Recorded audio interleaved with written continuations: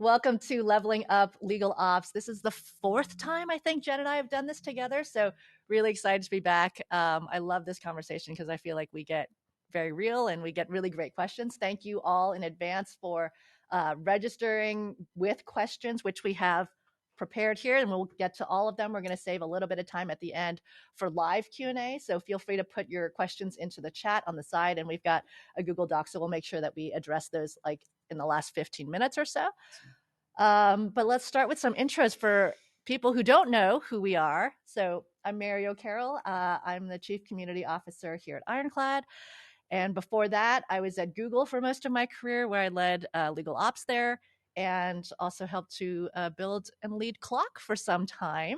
And super excited to have Jen here also, because we've had a big announcement about Jen in the last week. So I'll let you introduce yourself. Thanks, Mary. I'm Jen McCarron, Director of Legal Ops, Tech, and Knowledge Management at Netflix. I'm on the board of directors of the Corporate Legal Ops Consortium, or what we affectionately call CLOC. And most recently, the board has put me in place to be the president of the board for this current term. Thank you so much. And we just announced that last week. Yeah. The news flash. This is the first public appearance Yes. of Jen as president of CLOC, which we're super excited about. How do you feel? Are you nervous? I feel nervous, and I feel so excited and really humbled to be asked and revered to be able to take this role on.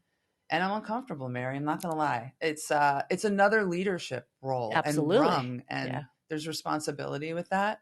So I have a little growing to do. So there is a lot of responsibility that comes with it. Yeah. Yeah. And I don't think any of us expected CLOC to be such a big force in the industry, in the tech world, in transformation. And it really has. I mean, just the idea of all these big companies and people hiring folks focused on tech and efficiency and coming together and with a common purpose and voice just created a lot of disruption and transformation in our space. Transforming the business of law, as you first wrote it, and we're still carrying that in our strategy. So the latest numbers on CLOC, close to 7,000 members. We're over 6,500 globally, representing 2,000 companies. That's amazing. Globally, and many countries, dozens and dozens of countries. So what a span, what a little community you built right up the road here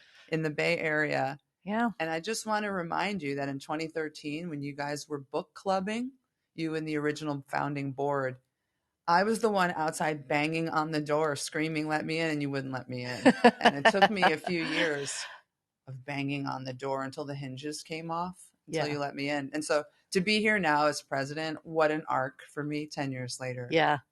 And do you think you're going to do things differently? And of course you should, because every leader of CLOC should put their own flavor and spin on it. But like, what are you thinking, or have you not gotten that far yet? I'm doing some thinking. I think it's going to be themes that you've seen from me as a contributor to CLOC to this date, which is some voice, some marketing, some content creation. I really want to open up our content wings a little more and take some of our amazing ideas, folks in the community, presenters, chop it up into a few shorts for TikTok and LinkedIn. I think we can get more of the conversation going in a wider digital way.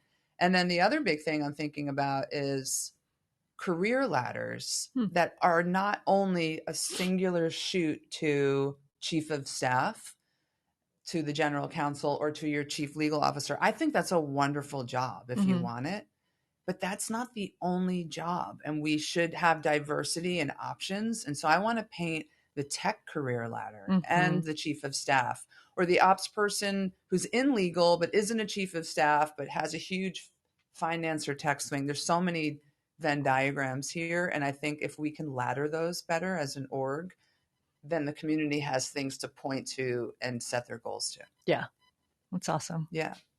Well, we are lucky to have you at CLOC, so thank you for playing the role. Should we get into our questions? Let's get into some questions. Okay. I have a first question, but as you pull the cards together, I'm going to give you half of them, and we'll just Mary, I'll take this one. How do I be president of Clock or membership trade group asking for a friend to a former president of Clock. What's your advice for What's your me advice? here? Constantly evolve the organization. Legal ops is transforming. The prevalence of the role is changing. I think the strategic direction of what's within scope is changing. And so the organization needs to continue to lead defining that for everyone. Be a champion for the folks. Keep the members first. I think, as someone who runs community here at Ironclad, even that's always like the first principle is what do they need? How do you meet those needs? What can you do as a community organization to provide that for them? And there's so many different groups now involved. Clock is not just in-house legal. Now you've got law firms, now you have tech providers, you have consultants, the ecosystem, the law schools has grown so much, and kind of thinking through like, how do you balance, making sure everyone has a voice in Clock and part of the future. Yeah. And the other community groups as well, who offer different settings, different stages for us to get out and speak and gather. Yep. How do we partner with those groups? That's right. And kind of have cool intersectional community events together. And think about, what is Clock, and like, why should people be a part of it, and what should they be getting out of that? And there's so many communities now. There's so many events. So many events. Oh my God. You could go to a legal ops or legal tech event every day of the year. Every week. Just travel around the globe.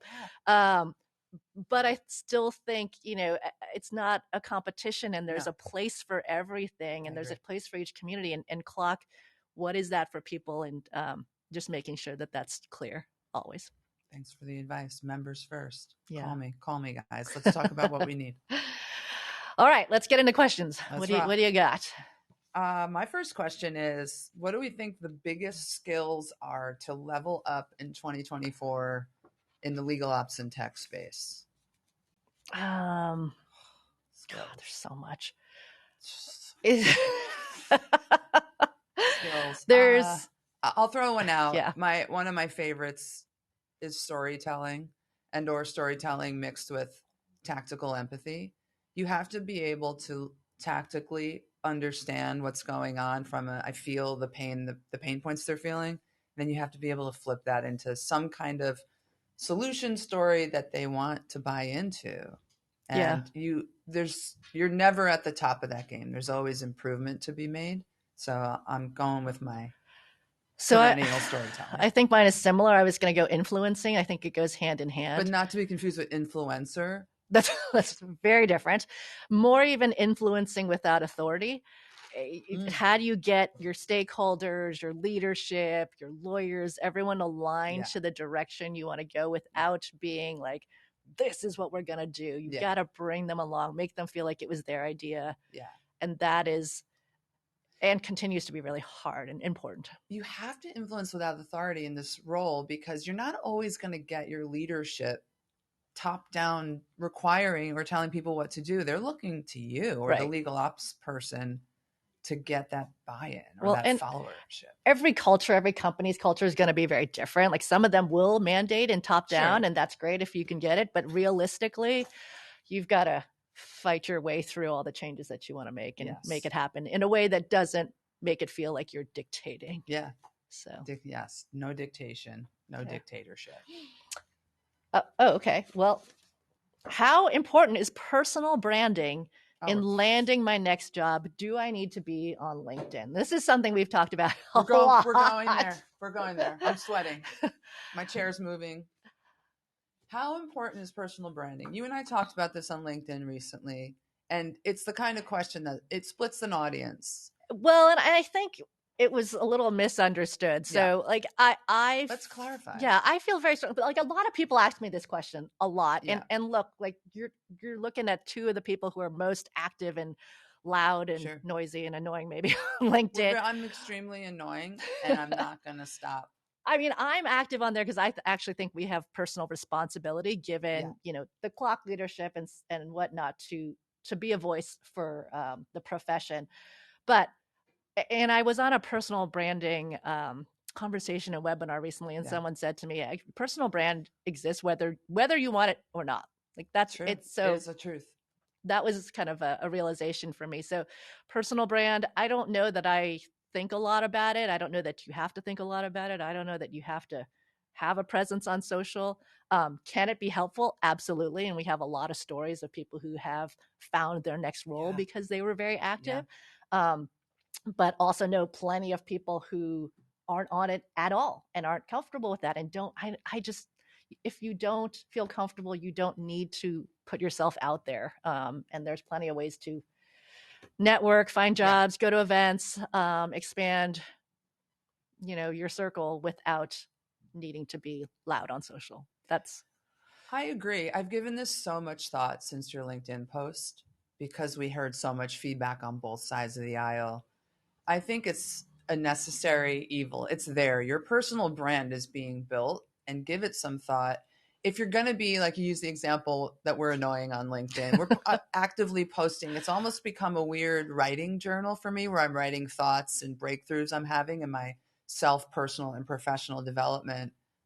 If you're going to be annoying on LinkedIn, be 1.2 annoying internally at your job in your company. If you're employed at a legal ops job, make sure that your internal stakeholders get the same but that version for internal work that they're going to get externally. I'm always worried that I'm going to do too much externally and be misempathy, and then internally have no empathy. Yeah. And I'm always concerned my colleagues might see me and go, well, she doesn't have empathy. What does she know with that HBR article? So I think about my personal brand holistically to make sure there's a good balance there. And if I'm doing too much externally, I get quiet and I pull back for months at a time and make sure I'm heads down at my Netflix role, doing that work and shining the light on my stakeholders and end users, et cetera. I think this is 10% of the puzzle. I think 20% of the puzzle is serving a community, going to meetups and all the community events, networking. Yeah. Those are the people who are going to send you opportunities as well, or you'll interview in the future.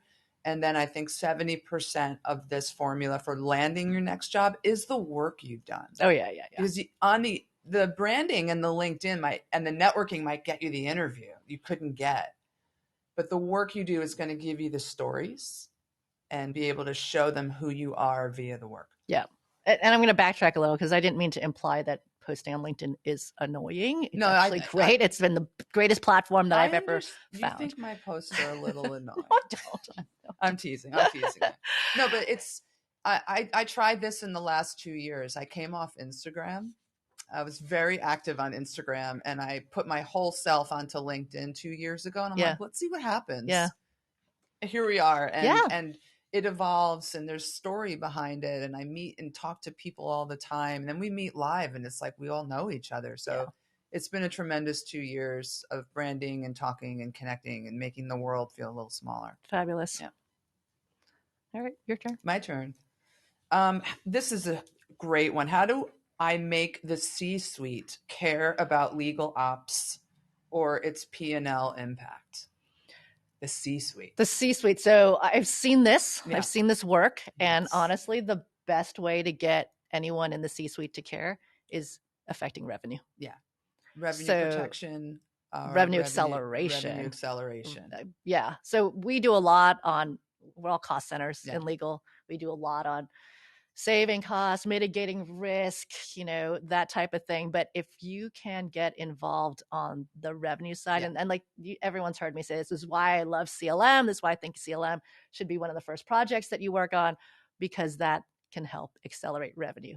And when you start touching revenue and having an impact to the bottom line of the company, CFOs, CEOs, board members, they start to pay attention. I think what you're trying to say is faster deal times could get the attention of the C-suite. Yeah. But it literally can. Definitely, because that has measurable impact to your P&L. Yeah. And so we're talking about measuring the deal cycle. And even if you have crude points in time from when a deal comes in to when it's signed, executed, cradle to grave, the measurement, and then year over year or quarter over quarter, trying to accelerate that with tech and better process. CFOs care about that. And I've seen their eyes widen. Well, if you're a big company, I mean, those dollar amounts of 2, 3, 4 days a week faster. Yeah. Wow, those add up pretty fast. Good answer. What are you reading right now? What am I reading right now? I am in The Adventures of Cavalier and Clay, which is a fictional book by Michael Chabon. I'm in more fiction now to help escape and relax. Yeah. You went more fiction I went 2023 was all fiction. So I was just saying I read 50 books this Yeah. year. I just finished a book I didn't love. I read Handmaid's Tale. Oh, Mary. That was pretty rough. She's like, I'm trying to unwind and I know, I'm de-stress trying at to night. do fiction to relax. But it was, kept coming up in the best books of all time list, Yeah. and I haven't hit that Yeah. one. So I got that out of the way. It was rough. I'm going to go a little lighter Okay. on the next book tonight. Okay. Yeah. I just wrapped up, very fast read, is Adam Grant's new book, Hidden Talents.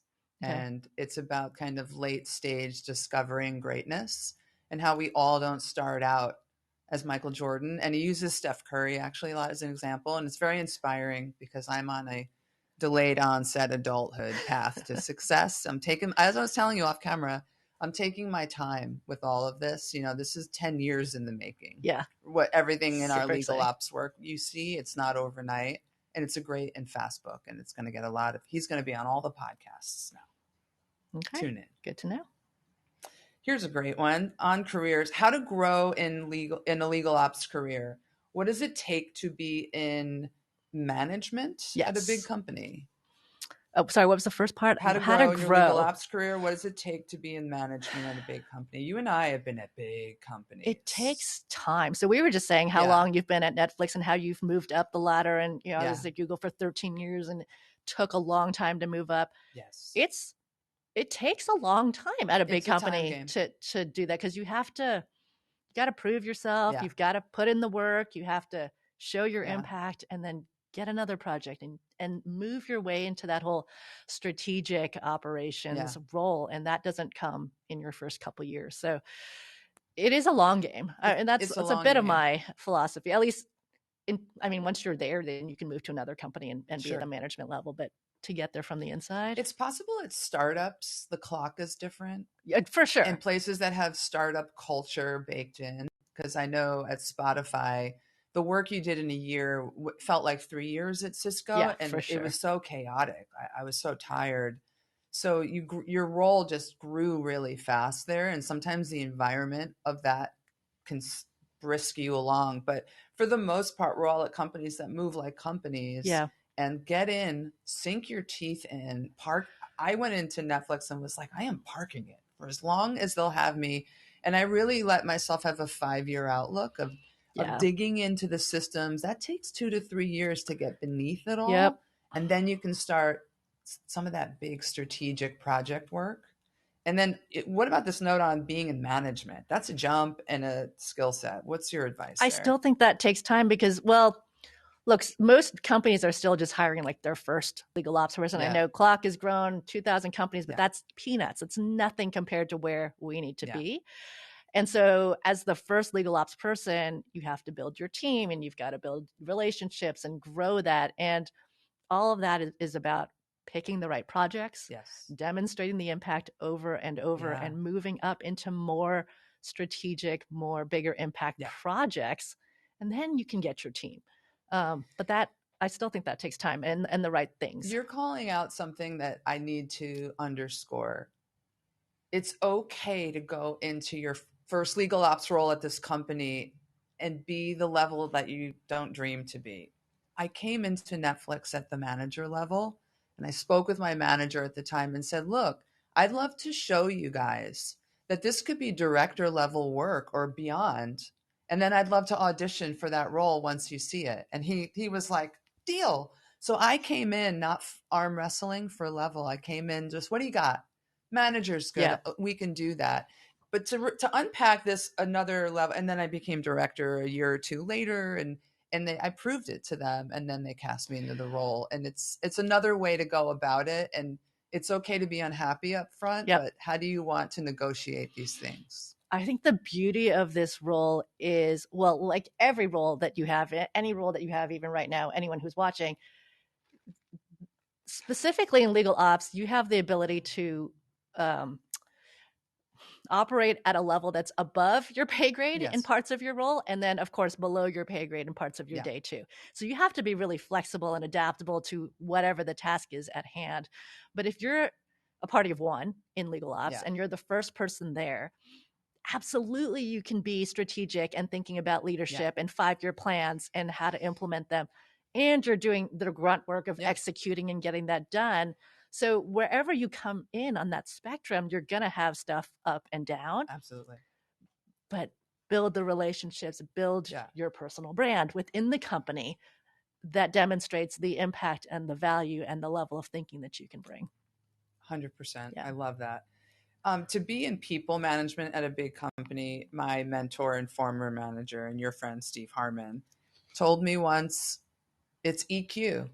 If you have EQ, either native installed, it comes naturally, or you learn it over the course of life and career. That leaders look for folks who have that built-in empathy or emotional intelligence, because you can people manage, help navigate through the issues that come up within people and solution. Like sometimes I feel like people are my products in addition to the tech and the ops programs and products they build. And you can build that skill. It's a harder one to build. You have to do a different kind of reading and practice, but it's possible. How do you get your first hire, like your first head count? I went the finance route and said, this finance legal ops person can manage that outside counsel spend optimally. Yeah. And we're, twice in a row, that was the first hire, because that's a big amount of spend. Yeah. And that should light up the P&L eyes of a chief legal officer, their chief of staff. They have a budget to manage. Yeah.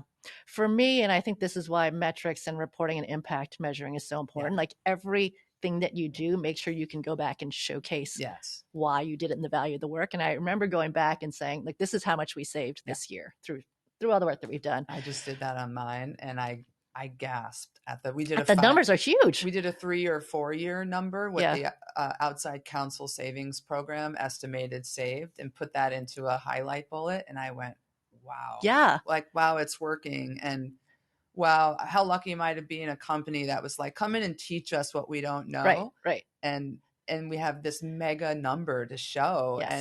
And it's a real number. It's a real not number. Just estimating, like, hours. Real talk, real number. And so with that, we start to pay for ourselves or earn our seats. Right. That's exactly right. So my GC said, wow, at the numbers and said, well, if we can do that with one person, what could we do with two? And I'm like, so glad you asked. Yeah, so glad you asked, because here's my head count proposal. Here's for the deck. Yeah, here's the deck.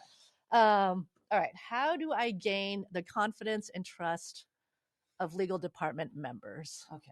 Number one, you have to do 25 push-ups when you get out of bed every day. No, I'm just kidding. But there's a level of, to gain confidence, you do have to be confident yourself, because that's very true. You have to get in front of people and convince them, sell them, draw them a vision they want to follow you on. So number one, make sure you do something in yourself, your work, your self-care, your workout, or whatever it is. Look in the mirror and say, even if you're faking it, I got this. Because legal stakeholders, it's grueling work to get in front of them. And if they see a glimmer of that in you, they're going to want to buy in and be confident in you and you them. Yeah.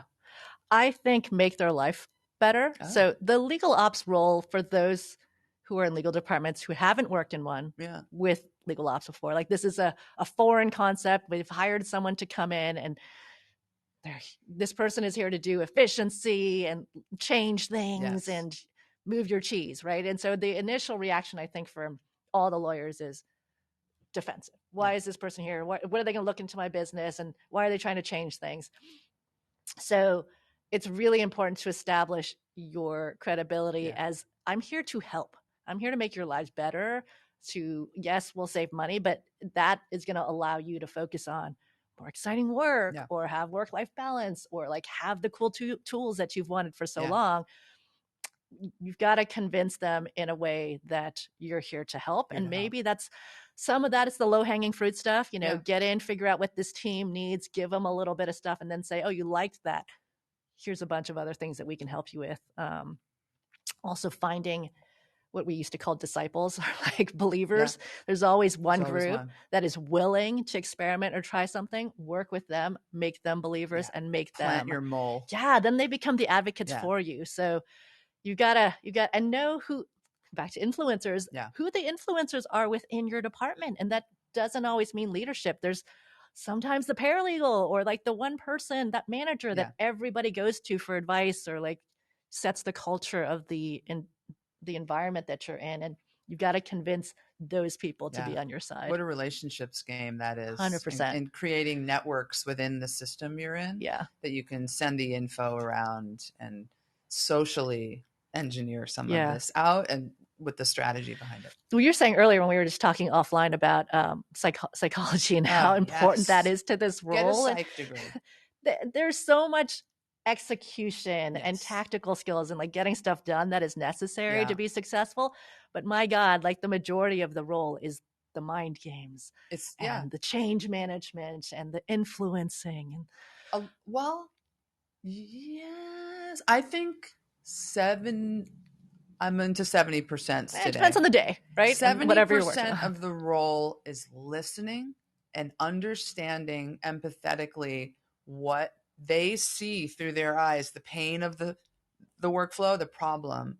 And when you say that and say it back to them, and then you put it to paper, and then you start solution proposing together.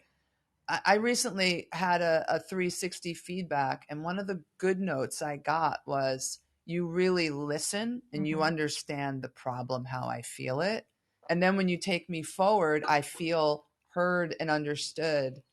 So if you're listening well and tactically, you're going to go forward in a good direction. And when they feel heard and understood, now you've earned their confidence again. Now we're in an infinite loop. I mean, that's exactly right. I was going to say that how do you gain their confidence? It's not just being heard. There's a lot of this like, well, I used to get, you're not a lawyer. You couldn't possibly understand my day-to-day work. You couldn't possibly understand the challenges that we have. And that's true.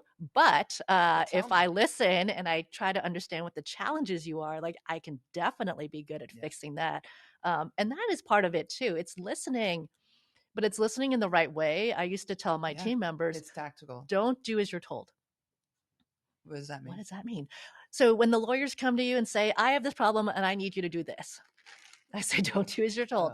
Draw out what is the actual problem? What is the issue? What is the root cause? So they might say, I want this report. I want it to have green here and these lights and these are the columns. Tech solution. Yes, I need a tech solution. And then when you talk through why, and what's the actual challenge that they're facing, it's not a tech solution, or that's not the report you actually need. Let me give you something that's going to be more helpful. And then they're grateful and they're happy and they hear that you understand.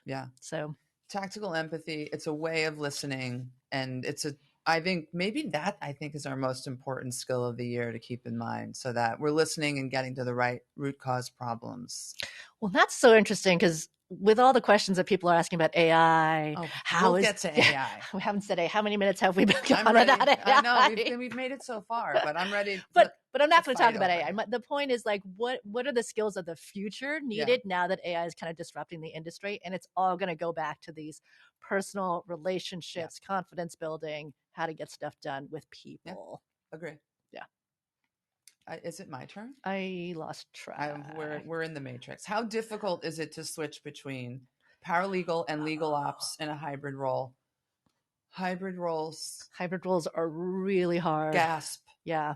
And I started in a hybrid role this career. Really I don't know if you did. I did not. No. I had 3 slashes, and sometimes you have to do the hybrid role because this legal department or the leaders, they don't know all of this yet. And they still need the paralegal tasks and work or the coordination.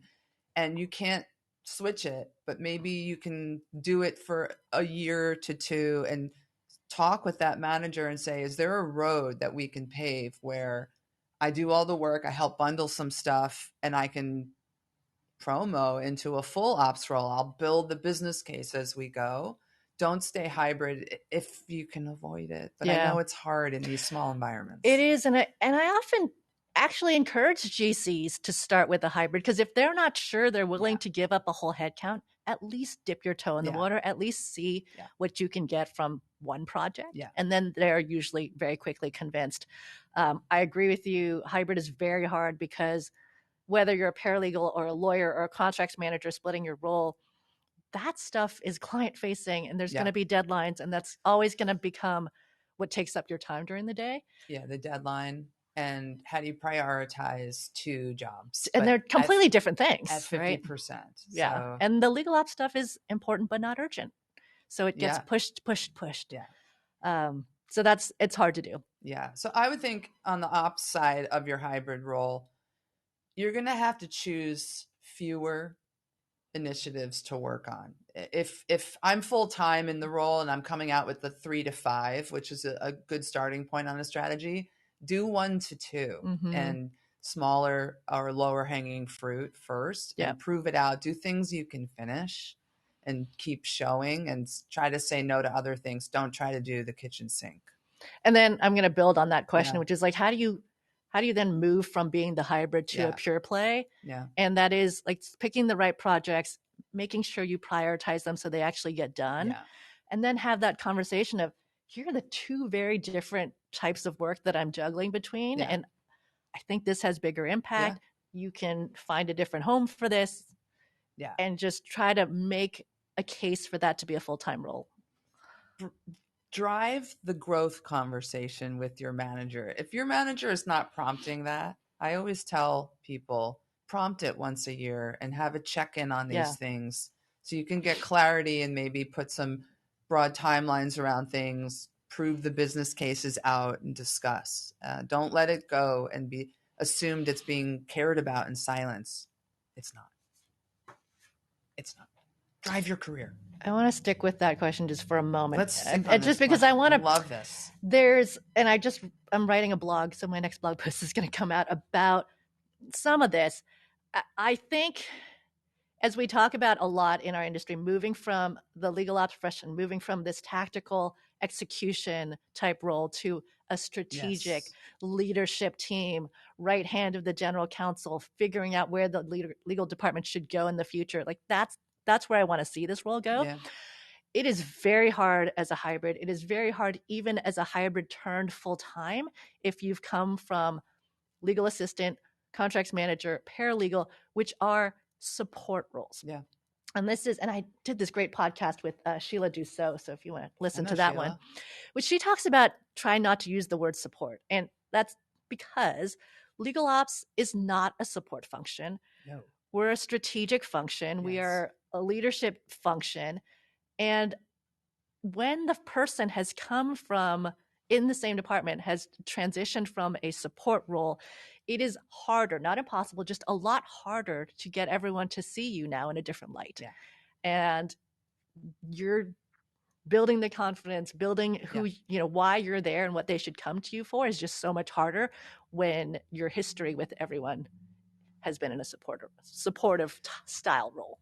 The truth is, I've seen a lot of people leave their roles at their companies to shed elsewhere. that. And I've done it. And you've made moves. So it's okay to leave roles once in a while if you have to shed that starting point of the assistant or the legal assistant. It's okay to do that. Right. But how do you get to strategic? It's such a great, I can't wait to read the blog post because it's the climb we're all on.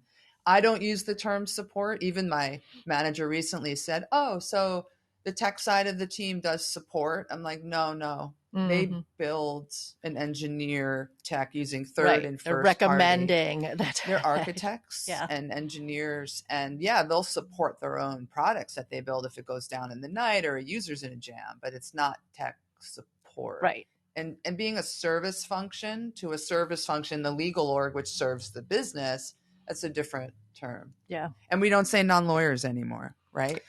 Oh, that word's I actually don't have a problem with non-lawyers. Please don't cancel me. I don't have a problem with it because I do think you do need the distinction between lawyer, even there's like the non-practicing lawyers, but there's still lawyers. So there's privilege and stuff that we do sometimes need to be able to distinguish, but legal professionals. Mary's like, okay, my next blog post. I got to think about that. Okay. I know it's I don't mind it. Ugh. Okay, we'll move on. We'll move on. Moving Okay, on this is a quickly. fun one. Yay, fun question. Oh, cool. Fun question. What is your dream job? We all know this about Jen. If you follow Jen on Instagram, you know. Well, I write music. I actually Yeah. put out a new song today.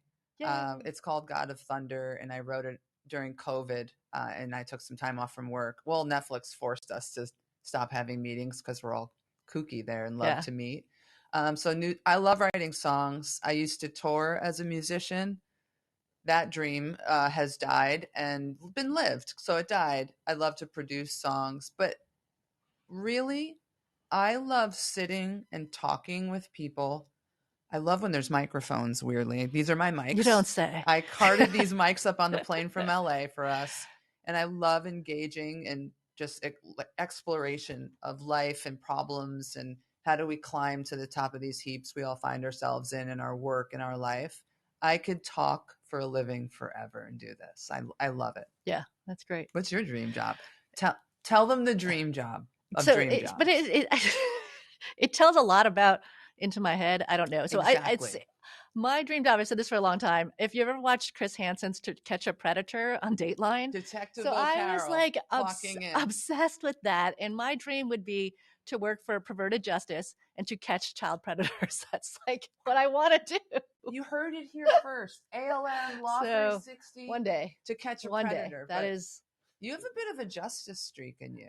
I don't know. I bet you have a Libra rising sign. Next webinar. I do have a justice streak. I love movies that are about revenge. I love revenge. Maybe you're a Scorpio. Maybe you have a little death. No, I'm a Leo. 100%. Dream job, To Catch a Predator. Detective. You got the Irish last name. You could be Detective O'Carroll. Yeah. He'll get you a trench coat and like stale coffee that you won't drink because you don't drink coffee. Catch bad guys. Yes. I think it's your turn. Oh, it's my turn. How do you? I've been waiting for this question. How do you change mindset and culture of departments who are adverse to tech? I got the one-word answer. You got an answer? One word? Yeah, no. One word. No. Ready? Can we get reverb on my mic? Next webinar. Passion.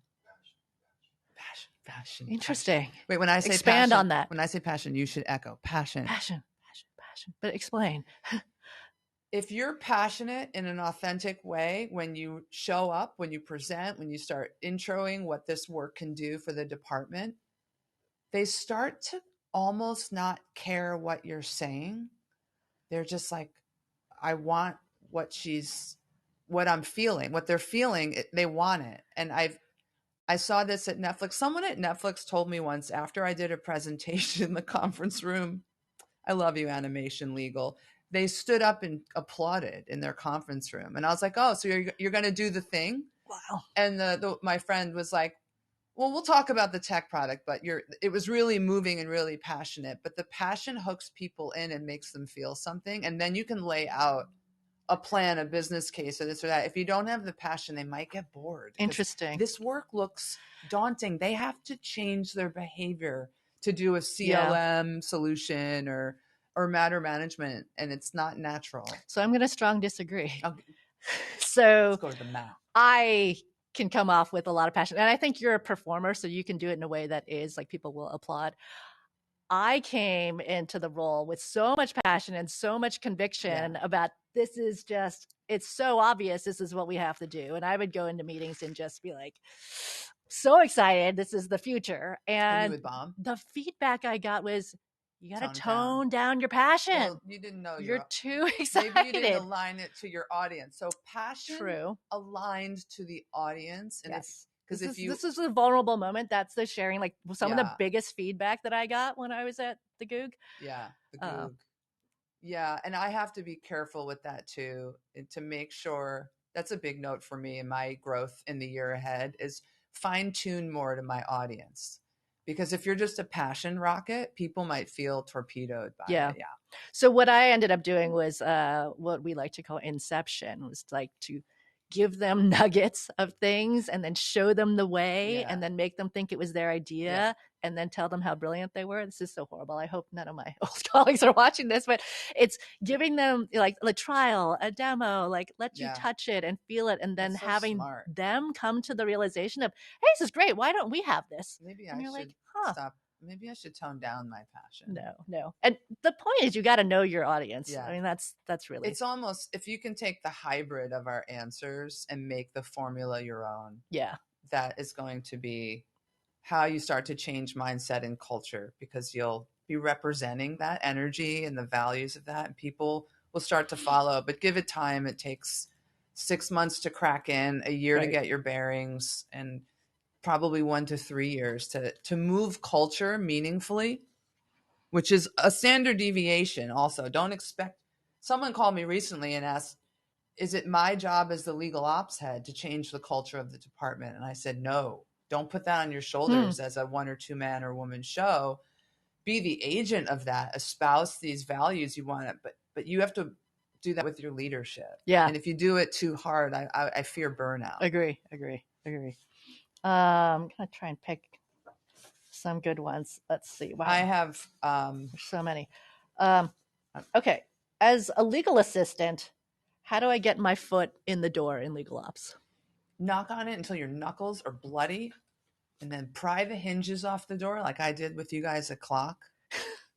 I wasn't a legal assistant, but I may as well have been. I mean, you just do it. Find just things do it, that Nike. are broken. Are you listening, Nike? You kind of just find things that are broken and just dabble. Yeah. Dabble in it, like start I love that. Tinkering with stuff, build stuff. Just kind of start doing the job without being asked. Yeah. And then move yourself into a hybrid without being told that you're a hybrid. Yes. And then see if that works. And then eventually you might have to, like you said, you might have to change jobs to get into a pure play legal ops, but at least then you've had some experience even without it being given it to you, like formally. And you'll have some things to talk about on those job interviews. And look, when we're interviewing, we're looking for people who have the mindset and the potential, not just the experience. 100%. Because there's not enough legal ops folks out there experienced to fill the roles of today. Yes. So I'm a big fan of building people and converting people in. I love finance people. I love consultants. You love consultants? I love consultants. Yeah. I love finance ops. I'm like, come in. You're going to love this place because we care so much about the numbers of it. I also love vets, which we've talked about. Veterans. Yeah. You would take a Marine. I love Marines. A Marine has saved our webinar today when we were short one dongle. Yeah, that's true. Farhad came to the rescue. Farhad Vaid from my Netflix team, who lives nearby and has Ethernet, TCP/IP in his veins, saved us. Semper Fi. There is you skipped a very important. Which one? That one? Yes. No, Mary, not doing that one. I need to know, Mary, who's your new diva? Diva? Like you're singing. Who have you seen in concert recently? And you've taken Anna, your daughter, to. We're gonna see Olivia Rodrigo. That's what we're looking forward to. Okay, good answer. But my question is, why aren't you obsessed with Taylor Swift? What happened? What? I didn't want to get watch. We really need to talk about Swifties. They're gonna come and get me. I would like to see more dancing from Taylor Swift. She dances all over. No. Did you see the movie? Yes, I saw the movie. Have you seen Britney Spears or Madonna in concert? Yes, like Janet Jackson? I mean, come on.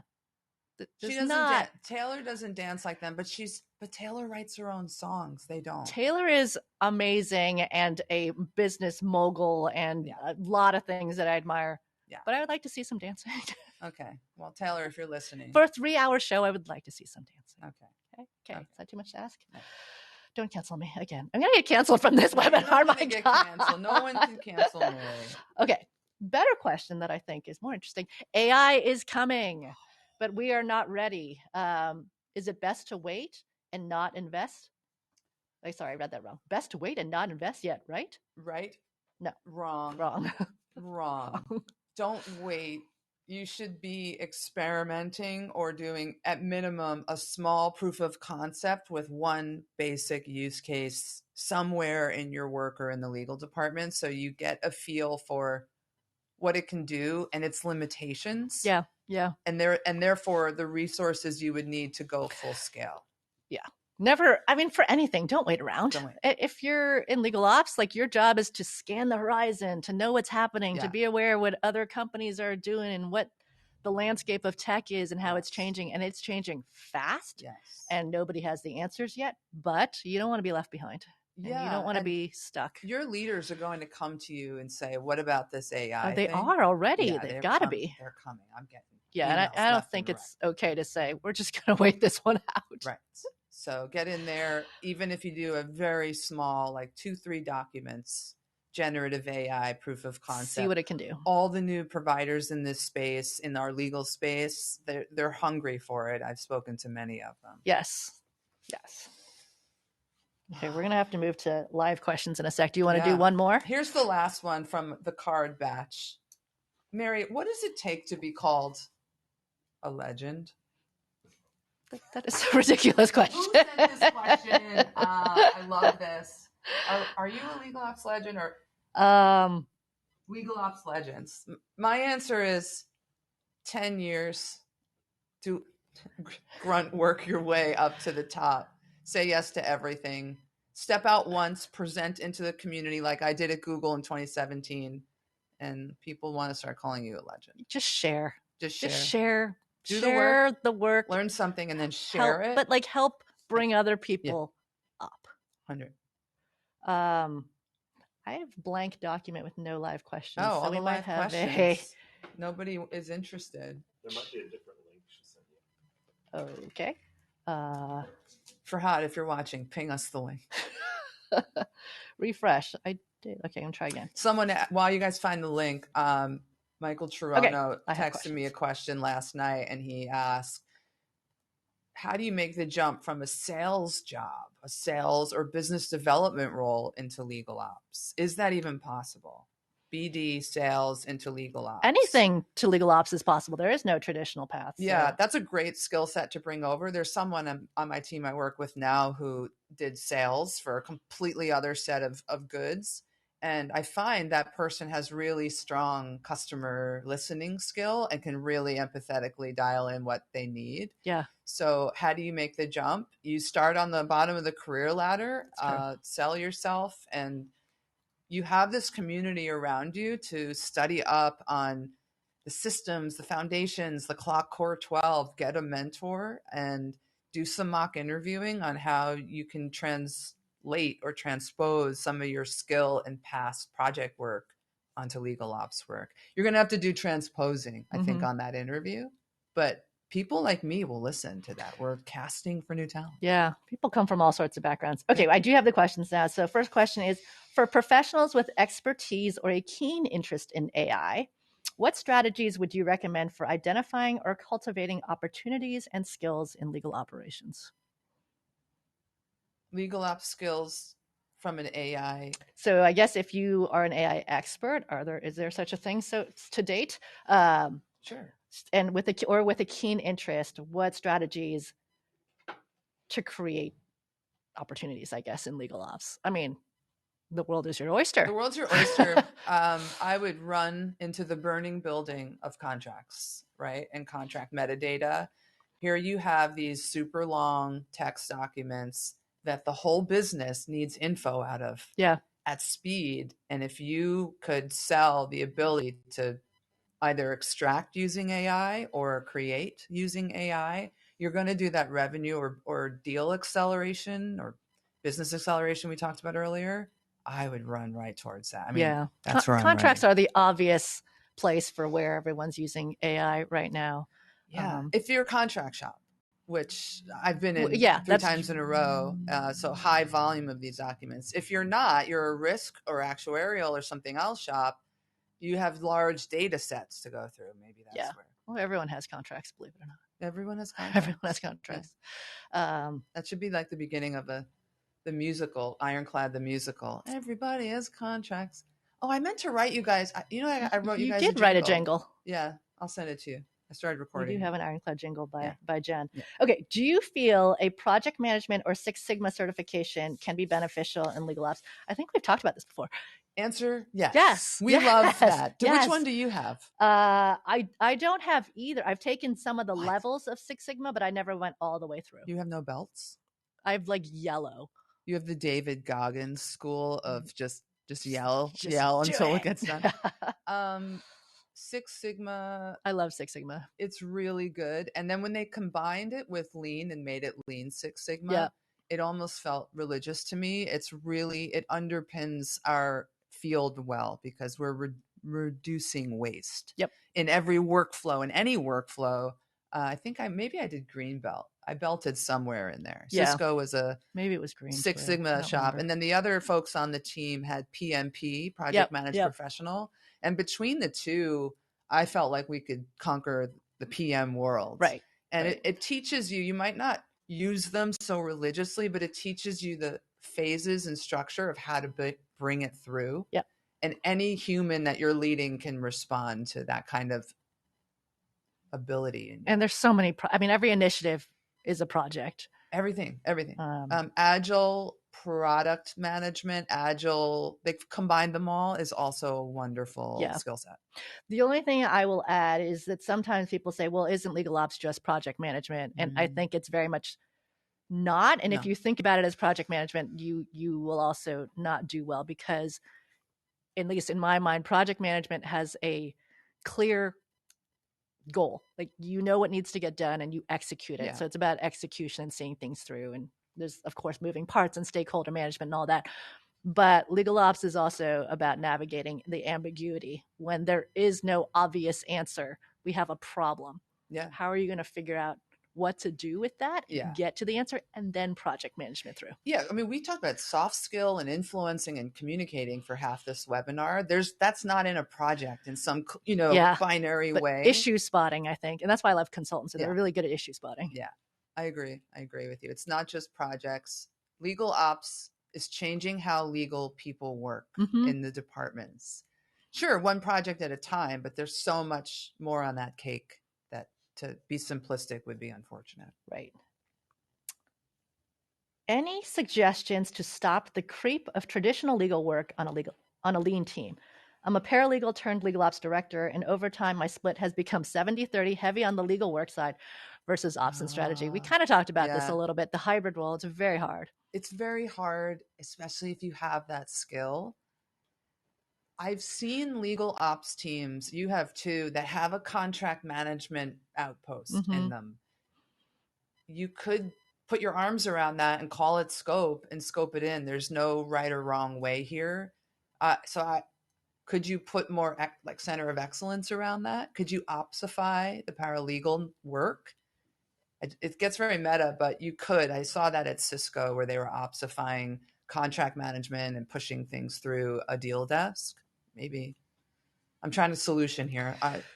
I'm coming up with solutions. Well, so going, let's take a huge step back. How do you define legal ops works versus other work? And so I don't know if you agree with me. I've said over and over that my definition of legal ops work is it's actually the work that is none of it should be touching substantive legal matters.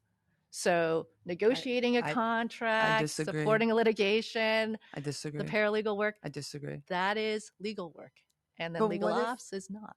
There's practice management, but not. Sometimes practice management winds up on your desk. Practice management is legal ops, because that is about how the work gets, but not actually getting involved in the litigation or in the commercial work. I don't have people drafting commercial deals, but I have folks who are operationalizing the insides of the contracts. Yes. Or advising which I think on that's language correct. that comes from the working bank. on the playbooks, creating the templates. Yeah. Okay. So maybe you're right. Maybe I'm agreeing again. But people don't always agree. So anyways, that was interesting. Is there a way to transition from an in-house counsel or contracts role to legal ops? Yeah. People tons do it all the time. Very common. Stop drafting and just start problem solving. And it's a big thing to let go of that. I don't make light of that if you have that credential. Yeah. And there's so much, I don't know, there's so much to being a lawyer. So you have to be willing to put that work down. Yeah. And find the equal excitement in problem solving. And you have, as an in-house counsel, you have a much, I think, this is not fair, easier time advocating for yourself to be able to experiment and try, like, can I put in a system here? Can I put in a tool here? Than some of the other functions. And so can you go to your GC and say, hey, love my job, can continue to do this 100%, but on the side, can we try to look at some of these tools, or Yeah. can we bring in a CLM and I'll manage that from the side? You know, to bring in a CLM, there's so much readiness work you have to do to get your forms and And clauses let's be that ready. person. And if you're the former or the lawyer who wants to do this, you are ripe for that project work to advise or consult or be a part of it. Go run towards the contracts. Yeah. Contracts, faster deal times. That's right. Anything you want to say as we wrap up? We're sort of at the end of our time here. Oh. These things go by so fast. Yeah, it went so fast. This was our fourth one. Hopefully we'll be back next year, and I'm sure we'll do some podcasting during this year together. We'll be talking, and maybe I'll see you in Las Vegas in May. Oh, for sure, you'll see guessing me. That I've never missed a clock event. Never missed a clock event around the world. So really excited for our collabs this year, 2024, and to see you all out there soon. Thanks for having me. Yes, and make sure you sign up for the Ironclad community so you can stay in touch with us and know about all our future events. And stay tuned on January 18th. I believe we're going to be doing a virtual webinar that showcases some of the winter releases on the Ironclad product, so you can learn more about what Ironclad does. And until next time, thanks so much for tuning in.